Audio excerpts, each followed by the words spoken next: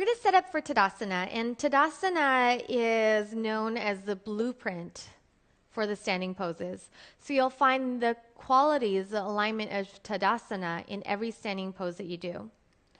You'll start with your big toes together and a little bit of space between your heels. Now, if you feel unsteady, you can always have your feet hip distance apart, but do make sure your feet, the outer edges, are parallel to the outer edge of your mat.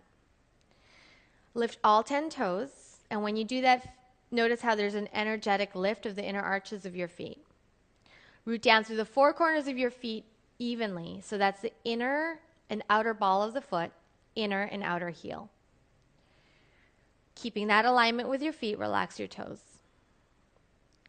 Press your femurs, your thigh bones back towards the wall behind you, and do that, exaggerate that, just press your thigh bones back. And when you do that, notice how it brings an arching in the lower back. So you need to simultaneously marry that with a dropping of your tailbone. So your pelvis is upright, and there's spaciousness for your lower back.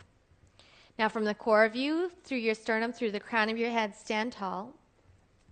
Turn your palms forward and peel the heads of your upper arms back in line with your side body, so that your collarbones are spread, your chest is open. And this is Tadasana.